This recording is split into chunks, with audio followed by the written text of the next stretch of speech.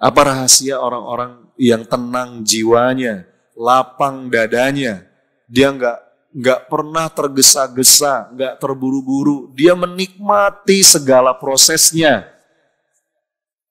Karena mereka yakin tidaklah Allah menetapkan sesuatu kecuali itu yang terbaik. Tidaklah Allah menunda sesuatu kecuali jadi semakin baik.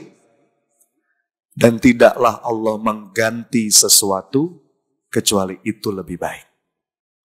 Langkah pertama untuk mengubah apapun itu sadar dulu. Sadar dulu. Kalau kita nggak sadari itu, nggak bisa kita berubah. Kalau orang minimal dia sudah menyadari, itu udah dikit lagi insya Allah. Minimal menyadari dulu. Kalau seseorang itu sudah masuk pada level kesadaran, itu udah 50% insya Allah menuju pemulihan, menuju perbaikan. Kalau misalkan ada orang yang curhat gitu ya, terus ngomong gini, Ustadz, saya itu orangnya sombong Ustadz. Saya itu masih suka memandang orang lain dengan remeh. Saya itu suka ria Ustadz. Nah, itu kalimat yang bagus. Minimal dia mau mengakui dan dia menyadari. Yang repot itu kalau orang gak sadar. Gak mau ngaku. Ya. Jadi, dosa saya apa? Dosa saya apa? Wah, itu kalau kalimatnya kayak gitu tuh Bu, masih jauh itu. Perjalanan masih jauh. Padahal dosa yang paling besar itu ya gak merasa dosa, itulah. Ya. Jadi sadari dulu, minimal sadar nih Bu. Nanti kita akan bahas apa saja suara-suara batin yang perlu kita sadari dan ini perlu kita kendalikan. Nah, tadi ada berapa Bu dalam semenit? Dalam semenit ada berapa suara dalam diri? 4.000. Jadi pagi hari ini kita akan membahas 4.000 suara-suara. Banyak banget ya. 3 aja. Ya. 3 suara batin Bunda. Ibu, Bapak juga ada ya sebelah kanan saya. Ternyata ada Bapak-bapak juga. 3 suara batin Bapak Ibu yang ini perlu kita sadari, perlu kita waspadai, dan perlu kita kelola. Perlu kita kendalikan. Ya Bu ya. Kalau Bapak Ibu pengen bahagia, pengen lapang jiwanya, pengen tenang, pengen damai pikirannya. Pengen gak sih Bu? Rezeki yang paling mahal hari ini kan ketenangan ya Bu ya. Ketenangan. Saya disclaimer dulu ya. Tenang itu jangan diartikan lamban, males, kelemar-kelemar. Bukan. Tenang itu sebuah kondisi jiwa. Kita tetap produktif secara fisik. Ya, orang-orang beriman itu mesti produktif. Do your best, semangat, etos kerjanya bagus, karyanya berkualitas. Tapi dalam proses gerak langkah kehidupan itu, kita jalani dengan hati yang tenang. Betul Bu? Bukan dengan hati yang rungsing, kemerungsung. Ya. Nah, bagaimana kalau saya sebut istilah saya Bu? Istilah saya itu peaceful productivity. Waduh. Coba diulang Bu apa? Nah, apa artinya? Dilarang merokok.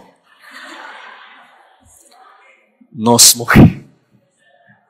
Kita produktif tapi peacefully.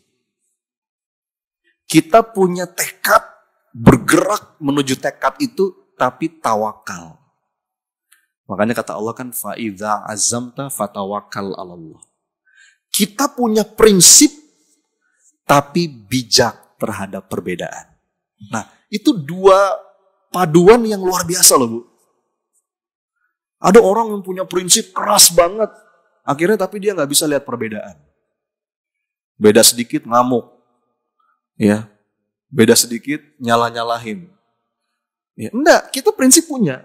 Tegas dalam prinsip, tapi kalau lihat perbedaan kita bisa bijak. Nah, itu perpaduan yang indah. Kalau istilah lainnya itu peaceful fighter. Coba diulang, Bu. Kita fighter, Bu. Tapi peacefully. Ya. Jadi biasanya itu suka dijadikan dikotomi, padahal ini bisa kita padu padankan. Nah, bagaimana bisa memadu padankan itu dengan menguasai ruang batin? Bagaimana cara untuk bisa menguasai ruang batin? Langkah awalnya dengan menyadari suara-suara apa yang ada dalam diri kita, mana yang sering kita ikuti. Nah, ada 3. Itu materi kita, Bu. Materi kita hari ini, mari kita sadari. Ada 3 suara batin di dalam diri kita yang ini perlu kita waspadai. Dorongan-dorongan di dalam diri yang ini perlu kita kelola, perlu kita manage. Ya. Nah, kalau kata AA itu kan manajemen kolbu. Ya. Kalau saya menyebutnya inner game. Apa, Bu? Inner game itu apa? Permainan yang ada di dalam diri. Sadar nggak bahwa dalam diri kita tuh ada dinamika, ada permainan. Yang itu perlu kita menangkan. Ada peperangan, Bu, di dalam diri itu. Kalau kata para pakar, kalimatnya begini. The greatest war are fought out in the silent chamber of the heart. Nah, coba diulang, Bu.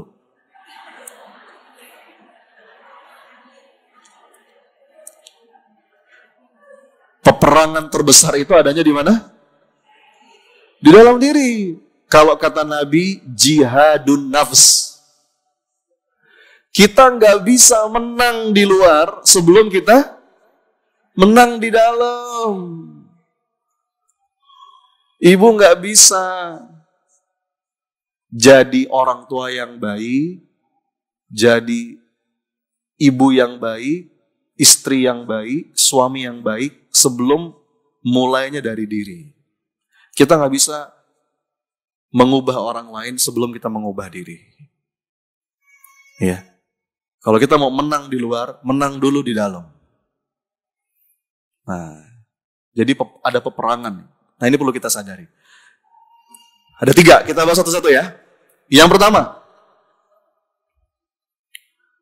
suara batin, dorongan-dorongan di dalam diri yang perlu kita sadari dan perlu kita waspadai adalah suara-suara atau dorongan-dorongan jiwa yang mendorong kita, membuat kita selalu ingin tergesa-gesa, buru-buru, pengen apa-apa cepat-cepat. Hati-hati, Bu. Bahkan ada hadisnya, kata Nabi SAW, ketergesa-gesaan itu datangnya dari setan. Nah, ini bahaya nih. Bahkan dorongan ingin cepat-cepat tergesa-gesa itu bisa jadi sumber dosa. Kepingin cepat-cepat kaya. Gimana? Korupsilah. Kepingin cepat-cepat apa lagi? Dapat gelar, nggak mau menempuh prosesnya, curanglah. Usaha, kepingin cepat-cepat dapat hasil. Berdoa, kepingin cepat-cepat dikabulkan. Itu bahaya, Bu. Sekarang itu kan kita hidup di zaman yang kayaknya pengen apa-apa cepat ya, Bu ya. Yang paling laku tuh yang gitu-gitu tuh. Seminar. Bagaimana cepat kaya. Cepat sukses. Akhirnya kita nggak mengindahkan prosesnya. Doa. Kepengen cepat-cepat dikabul. Padahal bahkan kata Nabi SAW. Perhatikan Ibu, ini hadis penting banget. Dalam urusan doa. Apa kata Nabi?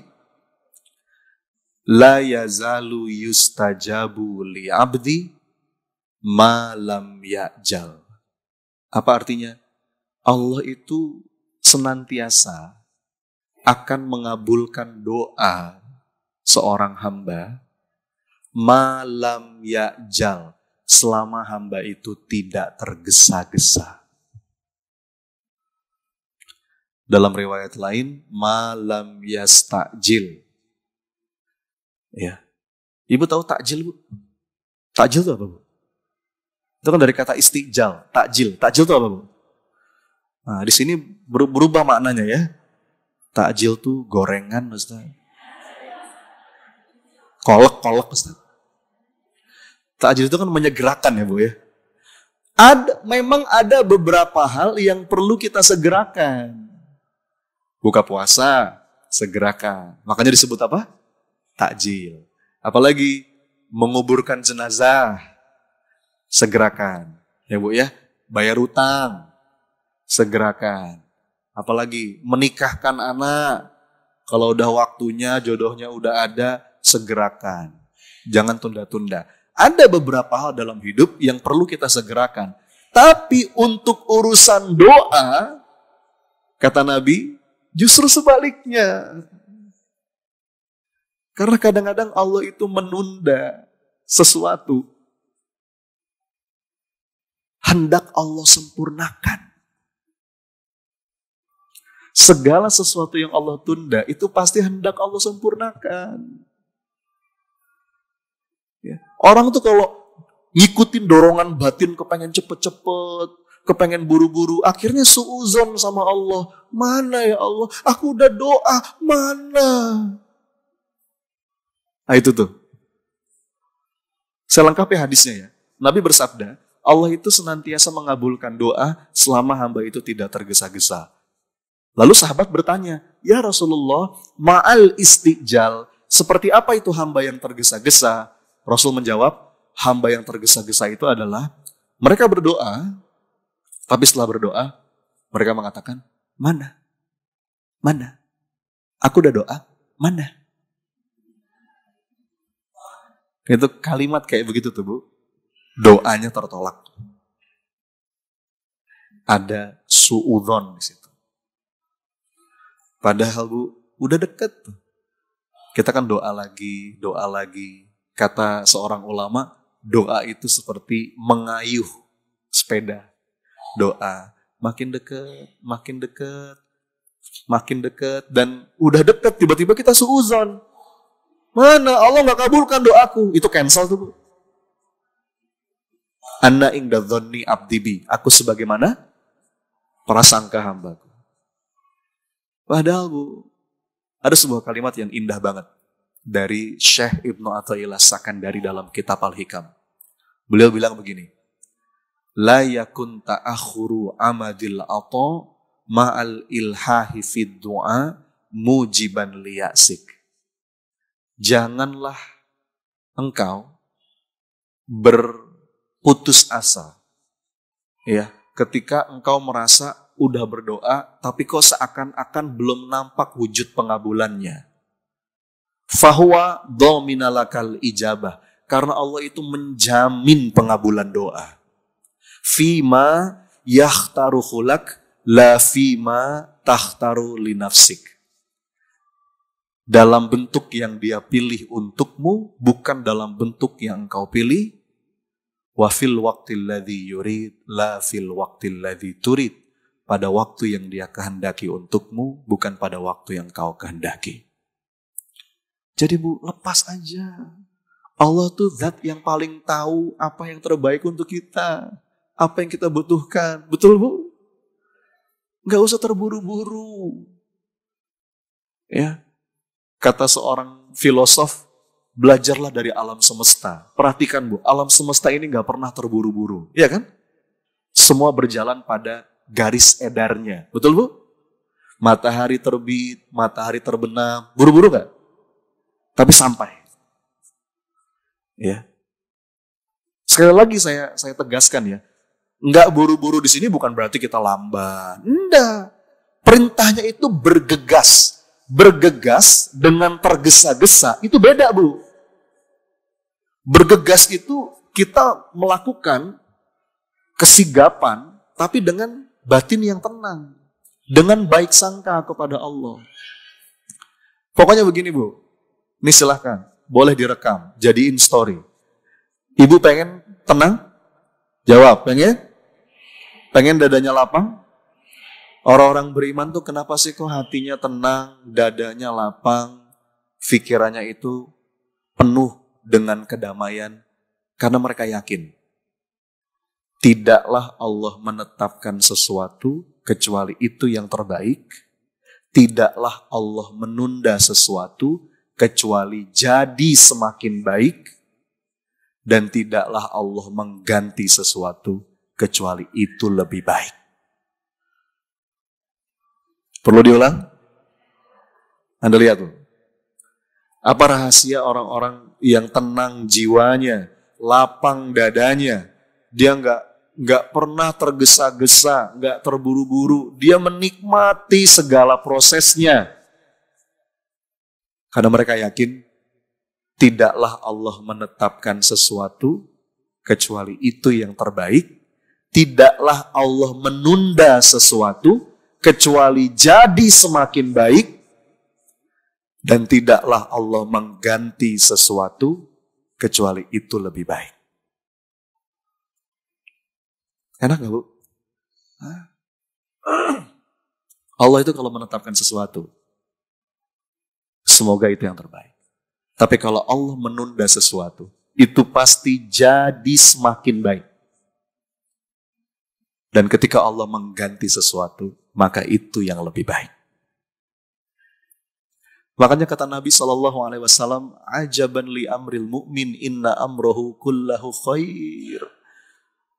Betapa menakjubkan urusan orang-orang yang beriman. Kenapa? Karena semuanya baik. Ya, Bu, yang Allah tetapkan, itu yang terbaik. Yang Allah tunda, pasti jadi semakin baik. Segala sesuatu yang Allah tunda itu Bu, pasti hendak Allah sempurnakan. Karena biasanya, kalau yang disegerakan, itu kecil. Contoh bulan puasa tadi kita sebut takjil. Bu, takjil itu gede apa kecil? Contohnya apa contoh takjil? Misalkan saya tanya nih, lagi bulan puasa, Bu, takjilnya apa? Jawabannya apa? Kalau misalkan Ibu jawab begini, Bu, takjilnya apa? Nasi Padang Ustaz, pantas nggak Bu? Yang Allah akhirkan itu hendak Allah sempurnakan. Dan apa yang Allah ganti, maka itu yang lebih baik. Dalilnya telak dalam Quran, wa asa an takrahu syai'an wa huwa khairul lakum wa asa an tuhibbu syai'an wa huwa syarrul lakum. Boleh jadi kamu itu gak senang sama sesuatu, padahal itu baik. Boleh jadi kamu senang sama sesuatu, padahal itu gak baik. Wallahu ya'lamu wa antum la ta'lamun. Allah yang maha tahu, kamu gak tahu. Jadi jangan sok. Enak aja Bu, relax. Nih ya, ikuti kata-kata saya. Kalimat ini mestinya membuat Anda lapang dan tenang jiwanya. Apa itu? Apa yang ditakdirkan untukku akan sampai kepadaku. Yuk.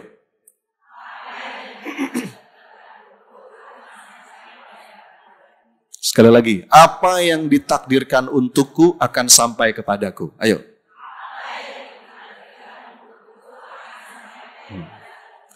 What belongs to me will simply find me.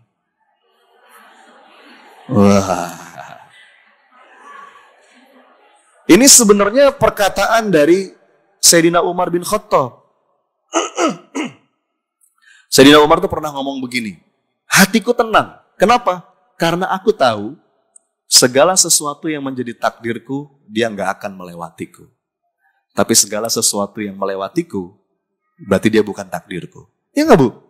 Tenang aja. Kalau kata Imam Al-Ghazali Bu, beliau mengatakan begini,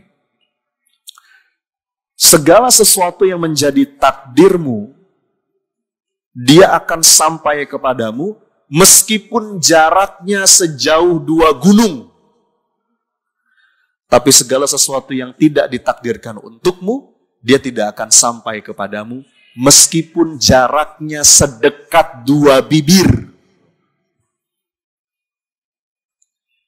Bu, jadi walaupun jaraknya sejauh 2 gunung, tapi kalau itu takdir kita, ketemu kita. Betul, Bu? Meskipun jaraknya sedekat 2 bibir, tapi kalau itu bukan takdir kita, nggak ketemu. Betul, Bu? Relax aja. Saya katakan tadi ya, relax itu bukan berarti kita nggak ngapa-ngapain, diem. Loh enggak, bergerak, Bu. Berikhtiar mah wajib. Itu amal soleh. Lakukan yang terbaik yang bisa Anda lakukan. Tapi maksud saya, tenang. Gak mesti kemerungsung.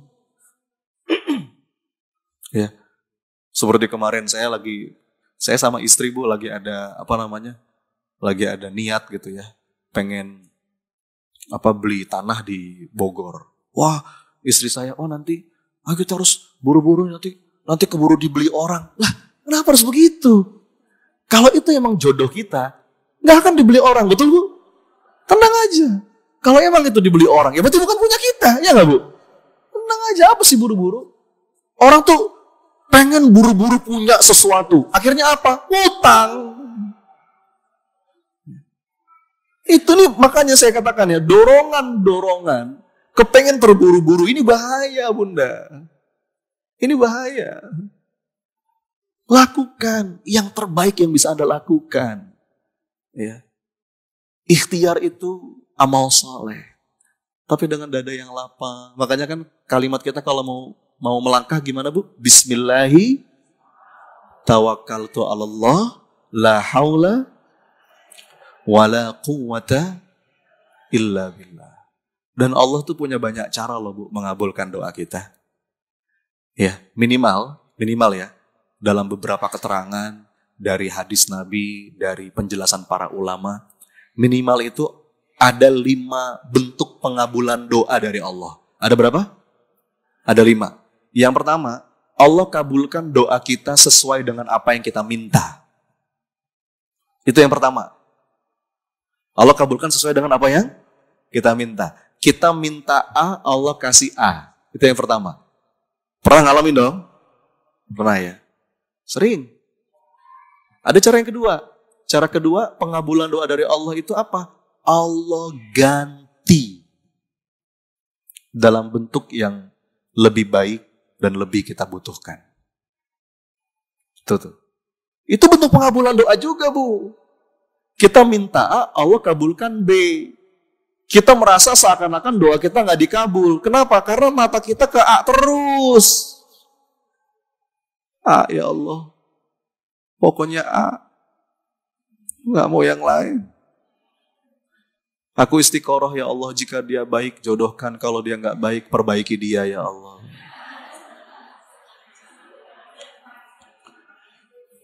Itu kena virus harusitis. Masih ingat, Bu? Virus apa namanya? Bu, serius, saya tuh gimana ya? 15 tahun jadi trainer. Saya sering ketemu dengan orang yang mentalnya itu hancur, drop luar biasa karena penyakit harusitis. Serius, Bu, ini saya nggak bercanda. Ada seorang anak, Bu, mungkin dia udah dapat semacam arahan dari orang tuanya. Kamu pokoknya kuliah harus di luar negeri, Dari kecil di doktrin seperti itu gitu ya. Udah dipersiapkan segala sesuatu. Qadarullah, mungkin orang tuanya bisnisnya hancur, jadi nggak ada biaya. Dia udah coba ikut beasiswa macam-macam juga nggak berhasil. Singkat cerita, gagal lah, Bu, anak ini kuliah di luar negeri. Ada tahu, Bu? Stres anak itu. Hanya karena gara-gara gagal itu. Padahal kita kan nggak ngerti. Justru siapa tahu dengan dia gagal mungkin, terus dia akhirnya hanya bisa kuliah di Indonesia. Allah punya rencana di situ, betul, Bu? Kenapa kita harus segala sesuatu tuh nggak mesti. Kita punya rencana bagus dan itu sudah semestinya, itu bagian dari ikhtiar. Punya azam, punya tekad itu wajib. Seorang mukmin itu harus punya azam dalam hidupnya. Ini yang saya inginkan. Itu bagus. Fa'idha azamta. Tapi fatawakkal ala Allah. Kadang-kadang kita kepengen A, Allah ganti B. Cara kedua tuh. Tadi cara pertama apa? Cara pertama? Dikabulkan sesuai dengan apa yang kita minta. Cara kedua? Diganti dengan yang lebih baik dan lebih kita butuhkan menurut ilmunya Allah. Kadang-kadang kita merasa ini yang terbaik untukku, tapi Allah yang lebih tahu yang terbaik untuk kamu tuh yang ini. Dan jawaban itu seringkali baru muncul seiring waktu berjalan. Nggak langsung ketemu jawabannya. Nah, banyak orang itu dadanya sempit karena pengen buru-buru dapat jawaban. Kenapa ini menimpaku? Kenapa hidupku seperti ini? Salahku apa? Jawaban itu mungkin gak langsung ketemu, Bu. Tapi nanti. Seiring waktu berjalan, kejadian yang dulu kita sedihkan, sekarang, oh, ternyata ini maksudmu ya Allah. Pernah gitu, Bu? Kejadian yang dulu kita sedihkan, yang dulu kita sesali, seiring waktu berjalan, justru menjadi kejadian yang paling kita syukuri. Pernah, Bu? Jadi, jaga baik sangka itu. Itu cara kedua tuh. Allah ganti. Cara ketiga, Allah tunda sampai waktu yang paling tepat. Ya. Sampai waktu yang paling tepat. Kadang-kadang kita berdoa pakai deadline pula. Ya Allah, pengen ini, kabulkan ya Rob. Kalau bisa, minggu depan. Paling lambat, bulan depan deh ya Allah. Ya boleh aja sih Bu, gak ada salah-salahnya doa begitu. Tapi tetap terbingkai dengan keberserahan. Ya, Nabi Musa itu Bu, berdoa untuk kekalahan Fir'aun. Ya Allah, Fir'aun itu udah melampaui batas. Dia gunakan nikmat darimu untuk menyesatkan banyak manusia. Ya Allah, hancurkan kerajaannya ya Allah. Kunci mati hatinya ya Allah. Bumi hanguskan kekuasaannya ya Allah. Itu doanya Nabi Musa untuk kehancuran Fir'aun. Ibu tahu berapa lama pengabulan doanya? Tahu berapa lama? Kata para ulama, jarak waktu antara Nabi Musa berdoa sampai akhirnya Fir'aun tenggelam itu 40 tahun. Berapa lama? 40 tahun. Bu, ini Nabi Musa yang berdoa. Ulul azmi minar rusul. Itu pun doa bukan untuk dirinya tapi untuk umatnya, untuk kaumnya. Kira-kira kalau model kayak kita, pantasnya berapa lama? Tapi maksud saya nggak begitu. Saya cuma mau bilang, tenang. Ya. Kadang-kadang Allah tunda sampai waktu yang paling tepat. Kita pengennya buru-buru. Ini sekarang ya Allah waktu yang paling tepat. Kata siapa? Sok tahu. Yang keempat, terkadang bentuk pengabulan doa dari Allah itu dihindarkan dari musibah. Dijauhkan dari bala. Ibu, ini saya pakai analogi ya. Misal, ini naudzubillah. Tapi ini bisa jadi harusnya tadi saya kecelakaan. Mungkin gak Bu? Bisa jadi. Tapi karena ada doa saya. Doanya mungkin yang lain. Doanya yang lain. Tapi Allah konversi. Doa itu menjadi keselamatan. Mestinya kita kemarin kena penyakit. Tapi Allah tolak bala itu, penyakit itu lantaran doa kita. Mungkin kita doanya yang lain. Seakan-akan yang kita minta itu gak dikabulin sama Allah. Padahal Allah mengabulkan dalam bentuk apa? Dijagain kita dari bala wal musibah. Jadi kalau ada orang yang ngomong, Ustaz, doa saya gak dikabulkan sama Allah. Bohong. Ya. Open your eyes, open your heart. Ada yang kelima. Tapi kalau yang kelima ini khusus. Khusus untuk para kekasih Allah. Khusus untuk para orang-orang yang Allah muliakan. Para kekasihnya. Apa yang kelima? Allah simpan di akhirat. Karena dunia itu terlalu murah. Terlalu kecil. Biasanya untuk para kekasih Allah nih Bu. Untuk para nabi, untuk para salafus soleh, untuk para aulia. Jadi, Bu tenang aja. Gimana tadi? Apa yang ditakdirkan untukku akan sampai kepadaku. Yuk.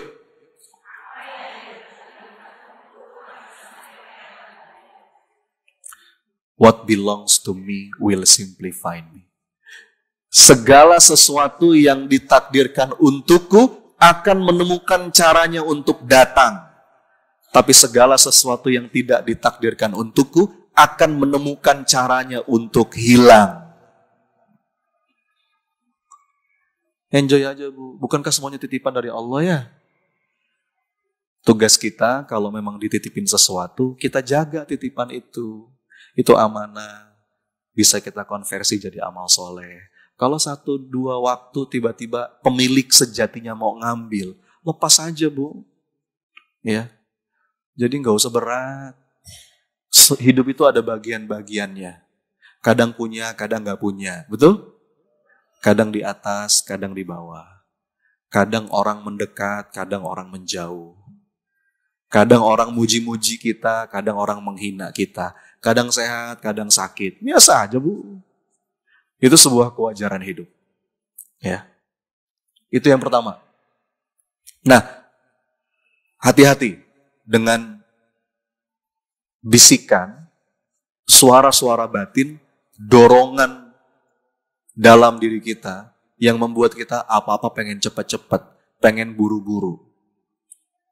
Ngomong-ngomong ini challenge kita Bu sebagai orang tua. Karena anak-anak kita, cucu kita sekarang kan hidup di zaman yang betul-betul serba cepat ya Bu ya. Kadang-kadang melupakan proses. Ya, kita perlu mengajarkan bagaimana anak-anak kita itu tangguh dalam berproses. Ya, karena pada akhirnya yang Allah nilai itu proses. Termasuk Bu, ibu kalau mau memuji anak, ini hati-hati nih, kadang-kadang kita suka salah. Jadi orang tua. Kalau kita mau memuji anak, jangan puji hasilnya. Tapi apa yang dipuji? Prosesnya. Ya. Anak misalkan nilai ujiannya bagus. Dia lulus di kampus favorit misalnya. Atau dia sukses dalam 1-2 hal. Anda jangan muji begini. Kamu hebat nak. Jangan begitu Bu. Emang anak mama. Bawaan lahirnya kamu pinter. Itu bikin orang jadi punya fixed mindset. Yang Anda puji itu prosesnya. Nah, selamat. Kamu sudah berjuang. Karena kamu belajar. Karena kamu berusaha dengan sungguh-sungguh. Nah, itu yang dipuji itu prosesnya. Karena kita tuh kadang-kadang suka menilai orang dari hasil. Betul Bu ya? Manusia itu memang menilai orang dari hasil. Tapi kalau Allah menilai dari proses, perkara hasil, Allah yang paling tahu apa yang terbaik untuk hambanya. Jadi gak usah terburu-buru, gak usah tergesa-gesa, jalani, enjoy the process. Beramal dengan amal-amal yang Allah cintai. Dengan hati yang bulat, bertawakal, dan berbaik sangka. 2. Nah, yang kedua, kita mau bahas berapa hari ini? Tadi yang pertama apa? Suara-suara batin, dorongan-dorongan dalam diri yang membuat kita kayaknya pengen tergesa-gesa, pengen terburu-buru. Nggak. Ya, hati-hati itu. Nikmati prosesnya. Yakin yang terbaik akan sampai kepada kita, walaupun mungkin butuh waktu. Ya. Yang kedua, suara-suara batin, dorongan-dorongan di dalam diri yang membuat kita tuh mengeluh, berkeluh kesah, suka melihat segala sesuatu itu dari sisi kurangnya. Ya, bentar, saya mohon izin ya Bu, saya punya kuis nih. Tapi saya minum dulu ya.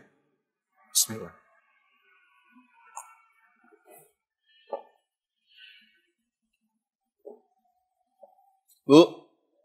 Bu, coba lihat. Kelihatan? Tolong jawab. Gelas yang saya pegang ini setengah isi atau setengah kosong? Jawab. Gelas yang saya pegang ini setengah isi apa setengah kosong? Jawab yang benar.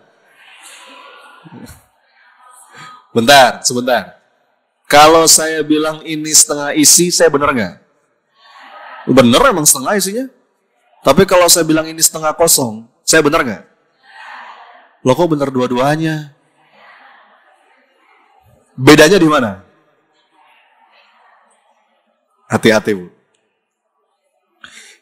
Kemana fokus perhatian Anda, itu menentukan nasib Anda. Bu, ada sebuah penelitian, ini bagus banget. Ada seorang ilmuwan dari Amerika, dia itu penasaran tentang fenomena keberuntungan. Kenapa ya? Kok kelihatannya ada orang-orang yang hidupnya beruntung terus? Ya Bu ya? Padahal kerjanya biasa-biasa aja. Tapi kenapa nasibnya baik ya? Dia lulus kuliah, mau kerja, gak pakai ngelamar, dapat pekerjaan yang enak, atasan juga baik, gaji cocok, pas. Dia mau nikah, ketemu jodohnya yang tepat. Dia mau beli rumah, ketemu lokasi strategis, harganya pas lagi miring. Dia mau, bahkan sampai hal-hal yang kecil, dia mau parkir di sebuah mall, padahal mall itu penuh, tapi entah gimana caranya, begitu dia masuk, tiba-tiba ada yang keluar, dapat parkir. Dia penasaran, kenapa ya, kok ada orang-orang yang kayaknya nasibnya tuh baik. Di sisi yang lain, ada orang-orang yang sial terus. Ya, disebut pasukan bodrek. Kayaknya hidupnya tuh ruwet terusnya. Mau kerja susah. Begitu dapat kerjaan, atasan gak enak. Ya, mau menikah, keliru jodohnya. Mau bangun rumah, miring rumahnya. Sampai hal-hal yang kecil-kecil, dia lagi antri tiket depan loket gitu ya Bu, panjang-panjang, begitu bagian dia, tiketnya habis. Nasibnya tuh apes terus, nasibnya tuh sial terus. Bu, ada seorang ilmuwan yang penasaran dengan hal ini. Kenapa ya? Kok sebagian orang ada yang nasibnya kayaknya baik, sebagian orang ada yang nasibnya sial terus. Dia teliti, Bu. Dia teliti. 8 tahun dia teliti. Nanti Anda boleh googling, cari aja Richard Wiseman.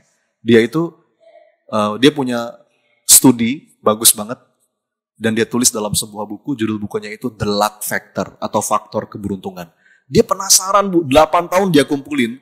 Dia pisah 2 kelompok.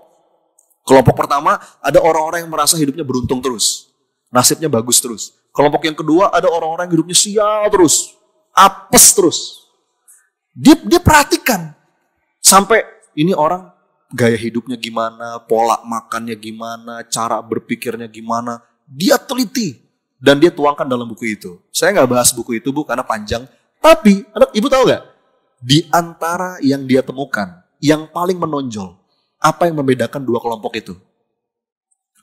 Orang-orang yang nasibnya itu baik, Bu. Orang-orang yang hidupnya itu beruntung, yang rezekinya bagus.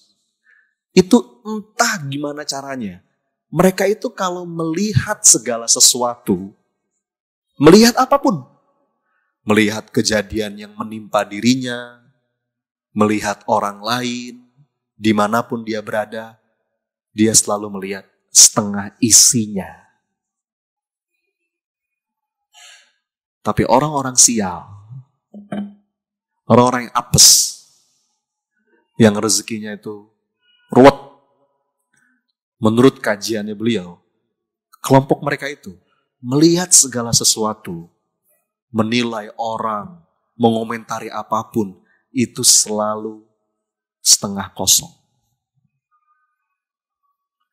Masalahnya, dia benar. Dia benar gak, Bu? Dua-duanya benar. Makanya kita gak bisa berdebat. Itulah kenapa, maaf ya Bu ya, kenapa orang negatif, orang sinis, orang skeptis, orang pesimis, itu sulit disembuhkan. Kenapa kira-kira sulit? Kenapa sulit? Karena dia selalu bisa menemukan alasan yang tepat, objektif, faktual, akurat dan terpercaya. Bahwa ini setengah kosong. Ustadz, setengah kosong Ustadz. Lihat, ini setengah kosong Ustadz.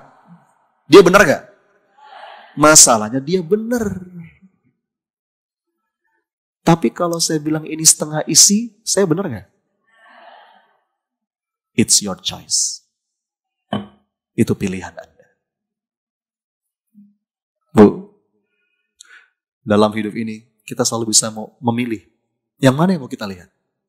Bu, kita ketemu orang, namanya manusia, itu ada setengah isi, setengah kosong. Betul Bu? Ada baik, ada jelek, itulah manusia. Yang mana yang Anda lihat? Ada orang tuh Bu, yang memang hobinya tuh lihatnya setengah kosong terus. Nih, datang ke undangan pernikahan, setengah kosong yang dia cari. Gak ada kerupuk.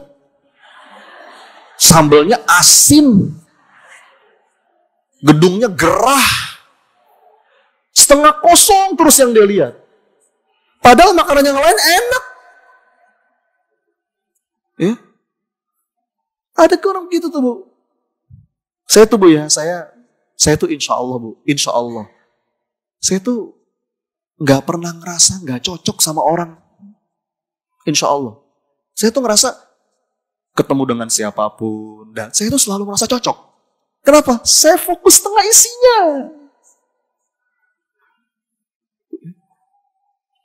Kadang-kadang dorongan batin kita tuh ngeluh karena ngelihat setengah kosongnya terus. Gini Bu, gini deh. Anda mau tahu? Saya bisa membuat Anda, gak usah lama-lama, cukup dalam waktu 3 hari, menjadi muak dan benci dengan suami Anda. Bisa saya. Mau tahu gimana caranya? Mau tahu gak? Gampang. Dalam waktu 3 hari, Anda fokus dengan setengah kosongnya. Ada nggak? Ada nggak? Banyak.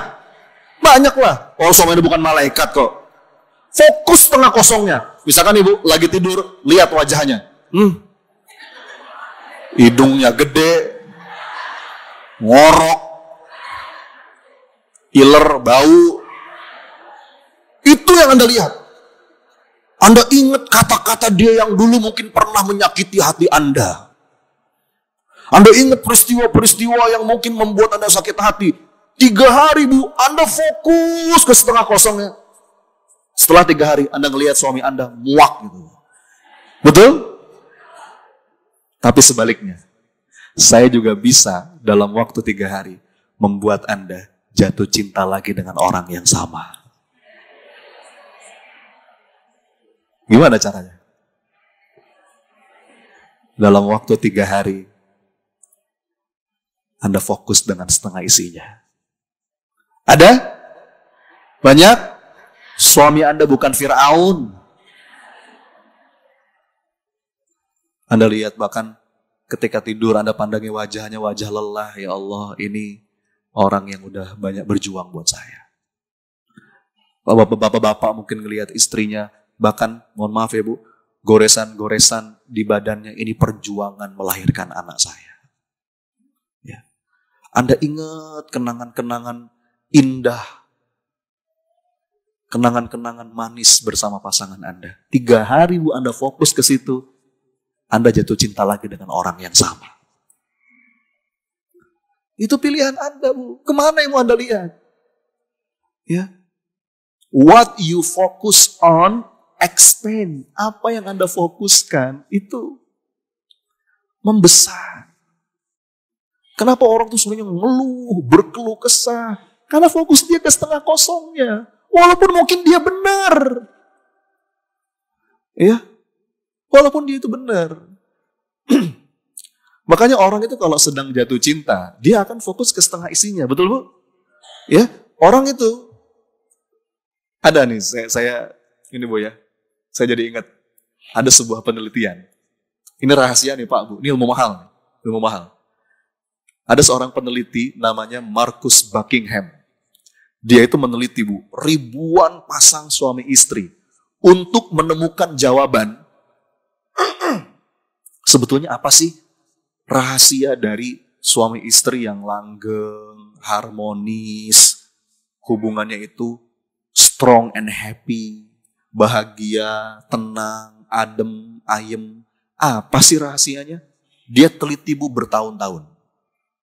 Pasangan-pasangan suami istri yang memang terbukti langgeng, harmonis, sampai kakek nenek, hampir ya ribut-ribut pasti ada, tapi sedikit sekali. Dia teliti dan dia menemukan ada 10 rahasia. Oh 10 masih kebanyakan. Dia peres lagi 5. Oh 5 masih kebanyakan. Dia gali lagi, dia peres lagi jadi 3. Oh 3 masih kebanyakan. Dia ambil 1 yang paling. Jadi 1 hal yang menempati peringkat pertama yang menyebabkan suami istri itu bisa langgeng, awet, adem, ayem. Dia tulis dalam bukunya. Sekarang saya mau nanya, tebak kira-kira apa 1 hal itu? Ayo, apa? Hah? Apa? Apa? Memahami bukan? Bukan. Ikhlas bukan? Apa Bu? Komunikasi bukan? Hah? Kata dia, ini pun hasil penelitian ini Bu, membuat penelitinya kaget. Dia nggak nyangka. Mungkin kalau tadi komunikasi, pengertian, memaafkan, mungkin tuh 10 besar ada. Tapi kalau ternyata dia temukan, yang paling puncak itu apa? Kata beliau, apa Bu? Bukan. Beliau mengatakan, positive illusion. Coba diulang, apa? Sekali lagi, apa? Ibu tahu positive illusion itu apa? Ibu tahu illusion? Illusion itu apa? Ilusi. Bu, ilusi itu nyata apa khayalan, Bu? Ternyata, Bu, ini saya nggak bercanda. Ini serius. Suami istri yang langgeng, adem, ayem, harmonis hubungannya, itu ternyata mereka yang jago menghayal. Maksudnya apa? Gini Bu, ketika hasil interview, misalkan ditanya ya, ada seorang suami ditanya sama penelitinya, Pak, menurut Bapak, bagaimana istri Bapak? Aduh Mas, kalau menurut saya, istri saya itu wanita yang paling cantik sedunia. Wanita yang selama ini mau bersama saya. Entah gimana caranya Bu, dia tuh melihat pasangannya itu yang terbaik. Dia selalu bisa menemukan setengah isinya. Bu, menurut Ibu gimana suami Ibu? Suami saya Mas, orang yang paling baik yang pernah saya kenal. Jadi ketika diteliti, mereka itu selalu menemukan setengah isi dari pasangannya. Ya. Dan orang yang sedang jatuh cinta itu mengalami sindrom positive illusion. Selalu mencari setengah isinya. Ibu suaminya hitam ya, tapi manis. Nah. Masalahnya ketika udah sekian lama pernikahan, dibalik. Ibu suaminya manis ya, tapi hitam. Nah. Padahal 2 hal itu udah ada dari dulu. Betul Bu? Pak, Bapak suaminya, Bapak istrinya cerewet ya. Tapi satset. Wah. Kalau bikin apa-apa jadi cepet rapi. Begitu sekian lama pernikahan dibalik. Masya Allah Pak, Bapak istrinya satset ya. Tapi cerewet.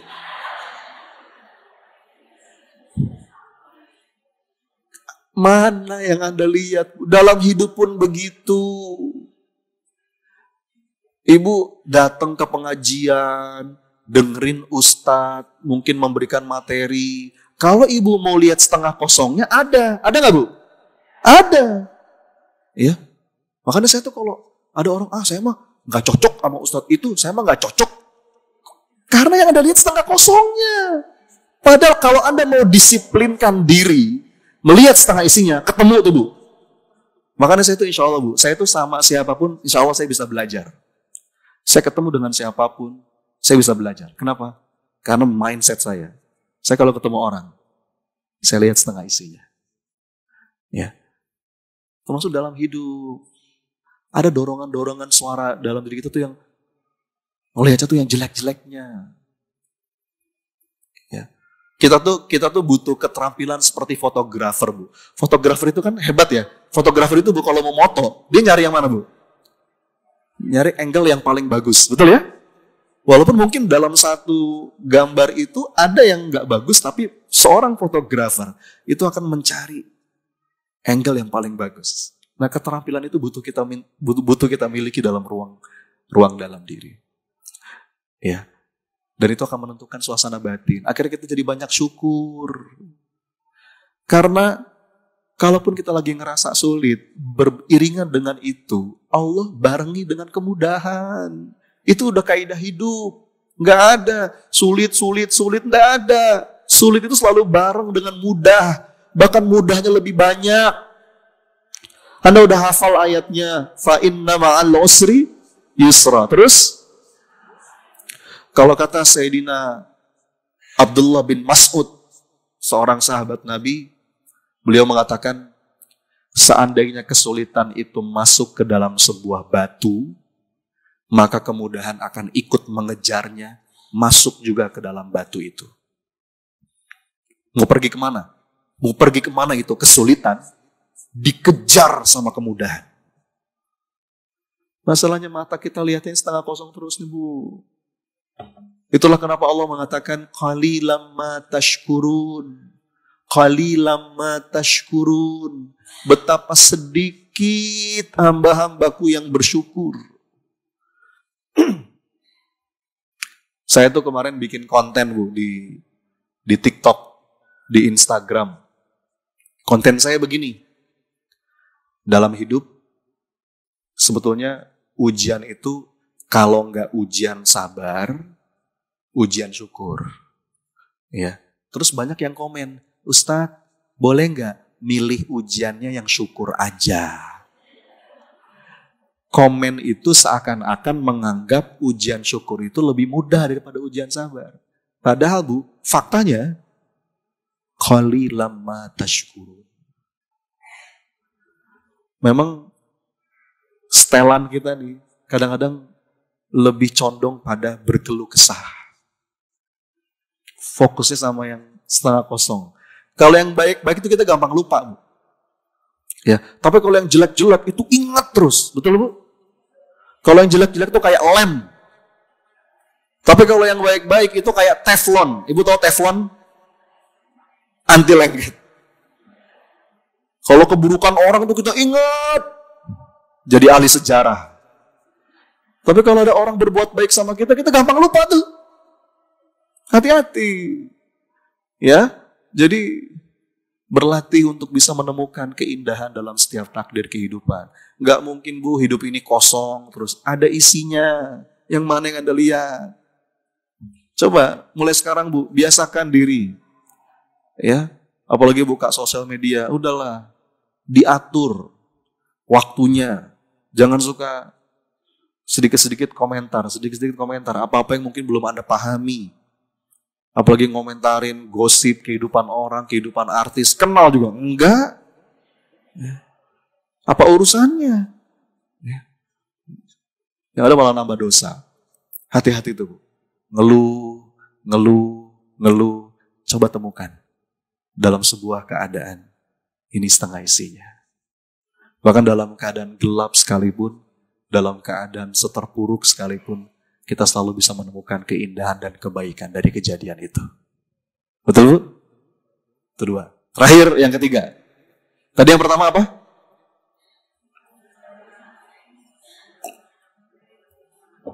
Inner voice, suara batin, suara di dalam diri, yang itu membuat kita apa-apa kepengen buru-buru, kepengen cepat-cepat.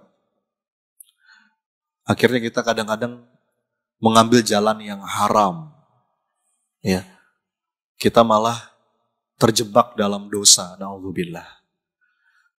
Berproseslah, bergeraklah dengan sepenuh raga, tapi berserahlah dengan sepenuh jiwa. Berdoa sepenuh rasa, bergerak sepenuh raga, berserah sepenuh jiwa. Wah, bagus tuh buat status WhatsApp. Tadi gimana? Berdoa sepenuh rasa, bergerak sepenuh raga, berserah sepenuh jiwa. Tenang aja Bu, tugas kita melakukan yang terbaik. Do your best and that will be enough. Pokoknya, jika aku berbuat baik, maka yang baik akan datang kepadaku. Coba diulang. Sekali lagi. Jika aku berbuat baik, nggak ketukar Bu, nggak ketukar. Hal jazaa'ul ihsan illal ihsan. Faman ya'mal mithqala dzarratin khairan yarah. Nggak ketukar. Jadi tugas kita ngapain dong? Tugas kita itu berbuat yang baik-baik, melihat yang baik-baik, berprasangka yang baik-baik, melakukan yang baik-baik. Jika aku berbuat baik, maka yang baik akan datang kepadaku. Kalaupun kita berbuat baik dan orang berbuat buruk kepada kita, itu bukan masalah kita. Itu masalah dia nanti. Tugas kita itu ngelakuin yang baik-baik, melihat yang baik-baik, berprasangka yang baik-baik, melakukan yang baik-baik. Jika aku berbuat baik, yang baik akan datang kepadaku. Ya. Maka yang kedua tadi, hati-hati dengan dorongan suara-suara batin yang membuat kita dikit-dikit mengeluh, fokus sama yang jelek-jelek. Bahkan Quran itu mengatakan memang begitulah manusia, hobinya itu berkeluh kesah. Ya. Yang ketiga, suara batin, inner voice yang perlu kita waspadai adalah dorongan-dorongan dalam diri yang membuat kita hasad. Ya. Envy, iri, dengki, bahkan sampai membenci orang. Oh, itu menyempitkan dada, Bu. Hati-hati. Ibu tahu hasad? Hasad itu apa? Hasad itu apa? Hasad itu begini. Ada orang dapat rezeki, ada orang dapat kemudahan, ada orang dapat kesuksesan, keberhasilan, terus kita nggak seneng. Oke? Itu hasad. Atau sebaliknya, ada orang lagi susah, ada orang lagi lagi berat, terus kita agak senang-senang dikit gitu ya Bu ya. Jadi ini bahaya. Makanya saya sering sampaikan Bunda, orang yang hasad itu dipastikan hidupnya nggak akan lapang. Kenapa? Sekarang gini Bu, saya kasih logiknya ya. Punten. Ada orang dapat rezeki, dapat kemudahan. Terus kita nggak seneng. Saya mau nanya, yang ngasih orang itu rezeki siapa? Itu artinya secara nggak langsung kita lagi nggak seneng sama siapa? Berat loh itu Bu. Makanya orang yang hasad itu sebetulnya dia lagi menyempitkan hidupnya sendiri. Dia lagi membangun hijab. Orang kalau hasad dengan nikmat orang lain, itu dia makin jauh dari nikmat itu. Padahal kalau kita bisa ikut bahagia dengan kebahagiaan orang, ikut senang dengan apa yang sedang disenangi, ya, kesenangan orang lain, kita sedang mengakses energi yang sama, frekuensi yang sama, sehingga akhirnya kita semakin dekat dengan rezeki itu, bahkan melampauinya. Contoh ya Bu, ini saya kasih contoh. Misalkan kita punya saudara, kita punya teman lama mungkin, kita punya siapapun lah. Dia dapat rezeki, beli rumah baru, rumahnya bagus, besar, terus bikin acara syukuran, kita diundang, datang dengan sepenuh bahagia. Seakan-akan kita yang punya rumah itu. Kalau kita bisa punya hati kayak begitu Bu, dalam waktu dekat kita akan mengakses rezeki yang sama.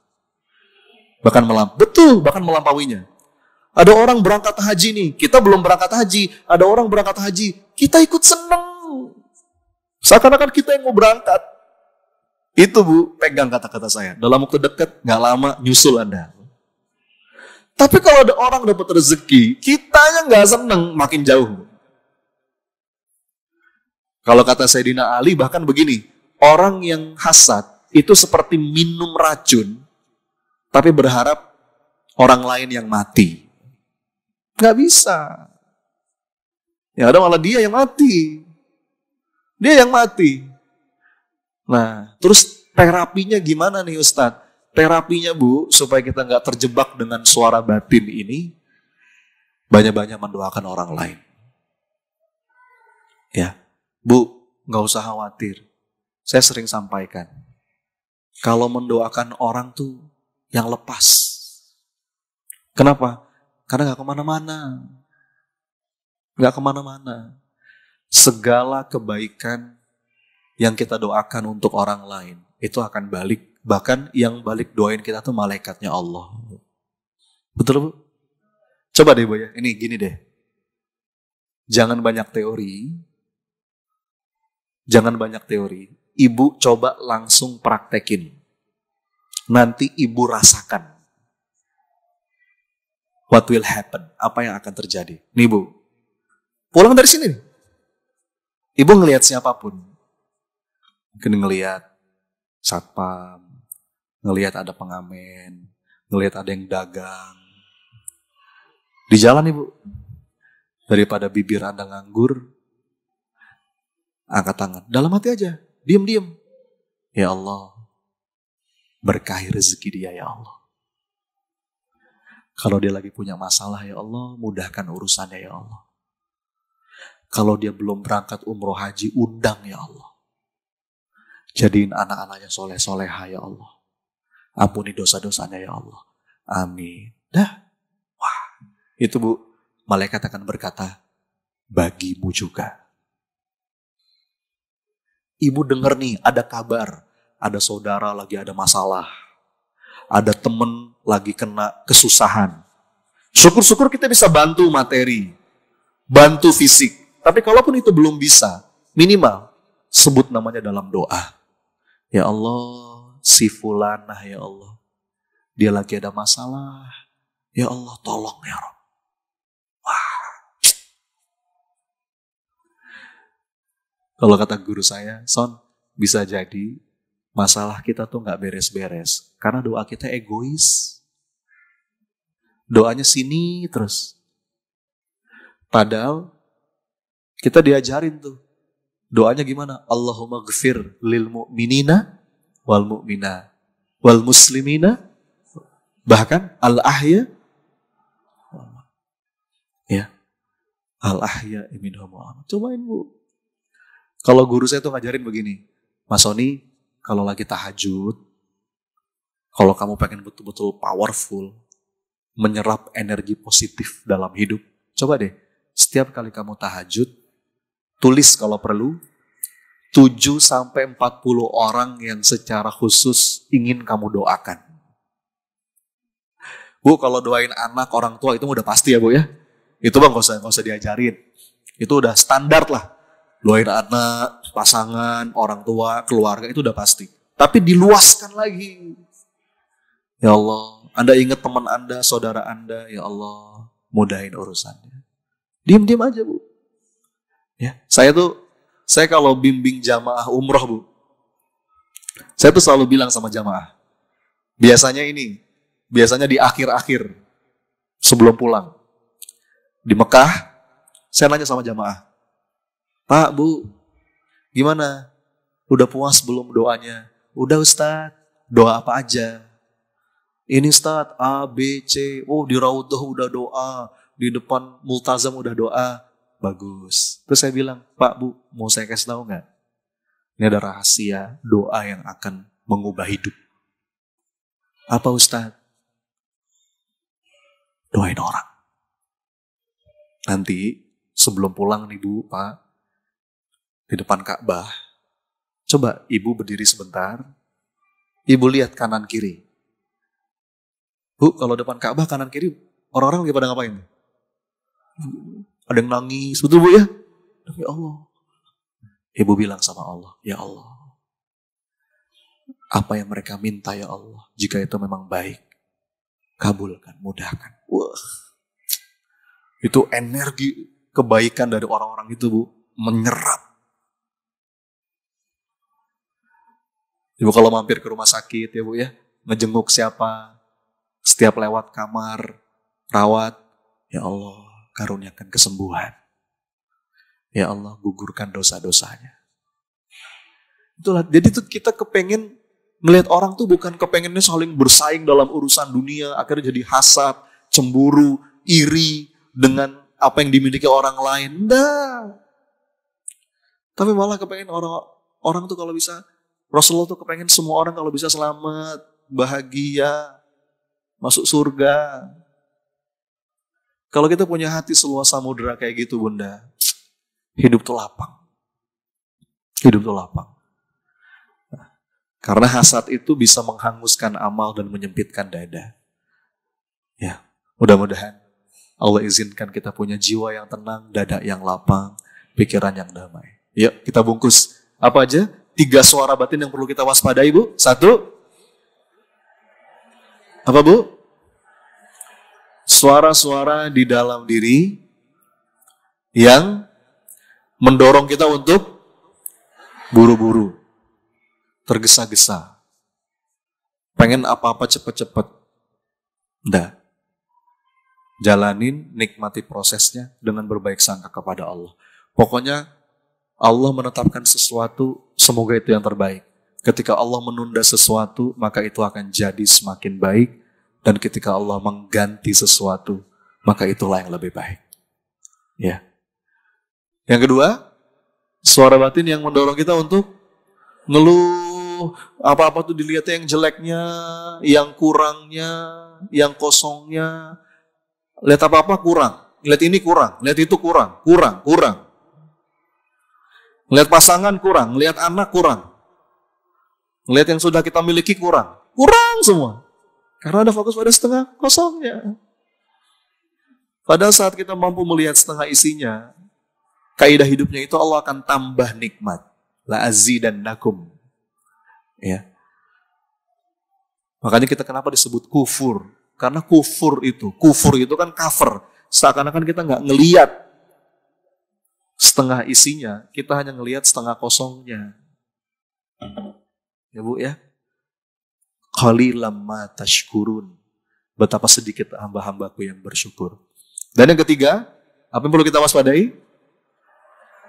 Dorongan-dorongan batin, suara hati yang membuat kita hasad, iri, dengki. Oh, itu bahaya Bu. Itu menyempitkan dada dan menghanguskan amal.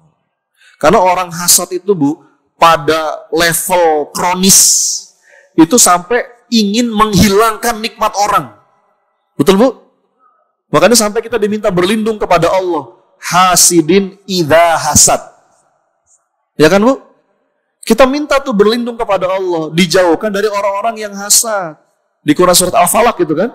Gimana? Qul a'udzu birabbil falaq min syarri ma khalaq wa min syarri ghasikin idza waqab wa min syarri nafatsati fil 'uqad wa min syarri hasidin idza hasad.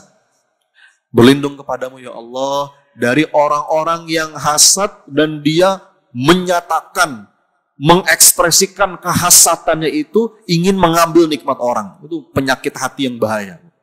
Coba deh Bu, kalau dengar kabar teman lagi sukses, teman lagi rezekinya bagus, bagaimana kita punya hati? Ya Allah, alhamdulillah, betapa Engkau Maha Pemurah. Itu ya. Nah, mudah-mudahan saat kita bisa mengelola suara-suara ini dalam diri, efeknya apa? jadi hamba yang tenang, lapang dadanya, semangat menjalani hidup. Amin. Amin.